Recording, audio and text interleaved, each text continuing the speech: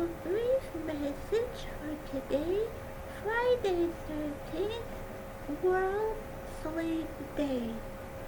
To raise awareness, although everyone knows the importance of sleep in proper physical, mental, and emotional health. The theme for this year is Sleep Well, Live Better.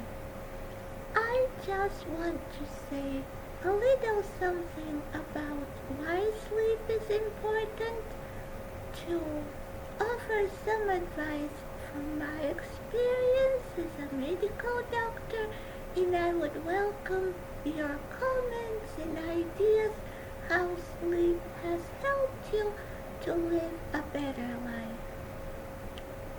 In principle, we know that there is a certain amount of sleep hours every day that every organism needs. Some people need more, some people need less, but 6 to 8 hours is the margin. I learned the importance of sleep from my dad, who taught me when I'm reading and preparing for an exam, it's better to go to sleep than to stay late and then not have a sharp mind in the morning. Things will come to your mind. And this is what works for me, and I have always been blessed with great sleep, and until now have never ever taken a sleeping pill in my life, a medication for sleep. And I would advise that physical exercise is very good for proper sleep. For example, I have noticed that if I dance more ballet or if I take a walk in nature, in fresh air, I sleep better. Of course, worries may keep you up at night, and so with proper exercise you manage stress and you sleep better.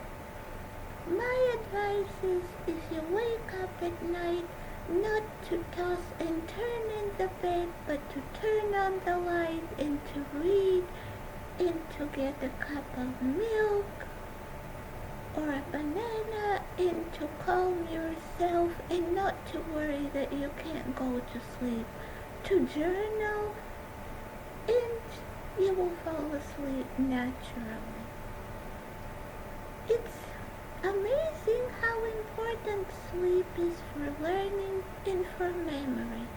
I learned from my dad that if I review something right before going to bed, I remember it well the next day.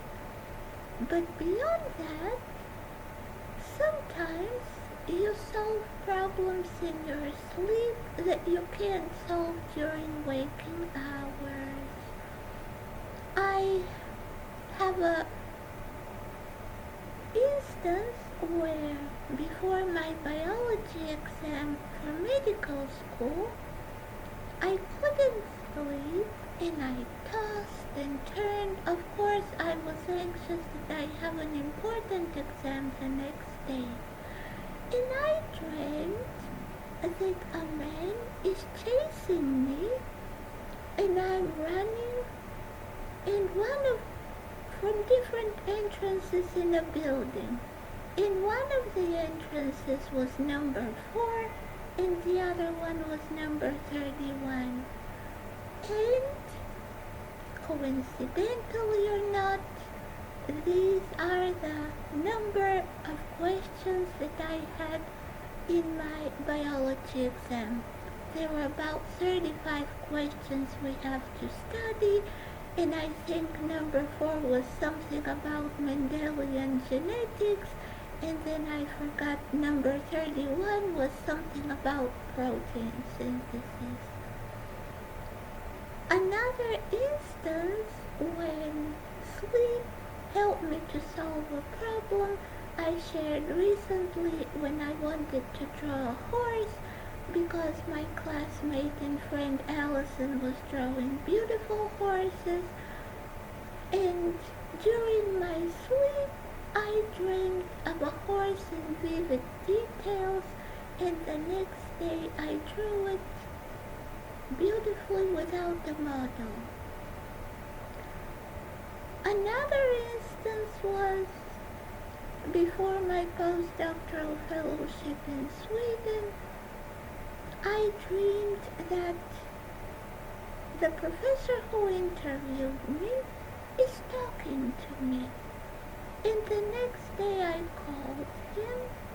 We hadn't spoken several months, and he said, Genevieve, we're trying to reach you because we have funding for you. And I have read in books how scientists have solved problems in their sleep. Science and medicine are studying the mechanisms of sleep and sleep disorders. We know that if you can't sleep, this disturbs your metabolism. The next day you might experience hypoglycemic periods. You might overeat. Also, we know now that sleep is disturbed in Alzheimer's disease, and this is something that occurs years before the onset of Alzheimer's. And I know that my dad, who suffered Alzheimer's, could not sleep well at night, and I remember he was always the light on in his room and he was reading a book.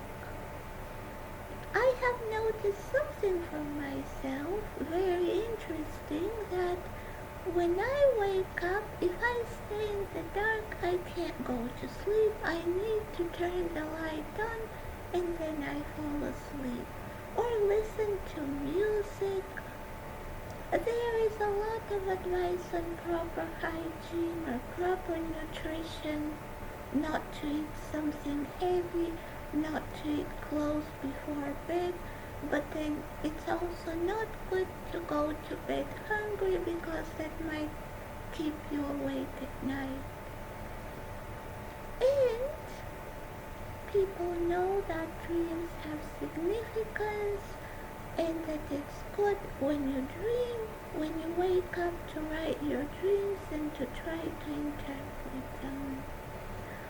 So, this is my brief message. We know that sleep is disturbed in depression, in Alzheimer's disease, in anxiety, and it would be good if measures are taken to have proper sleep and rest. Now I welcome your comments about dreams that you may have had, or some tips how to sleep better so we live better. Thank you and be well.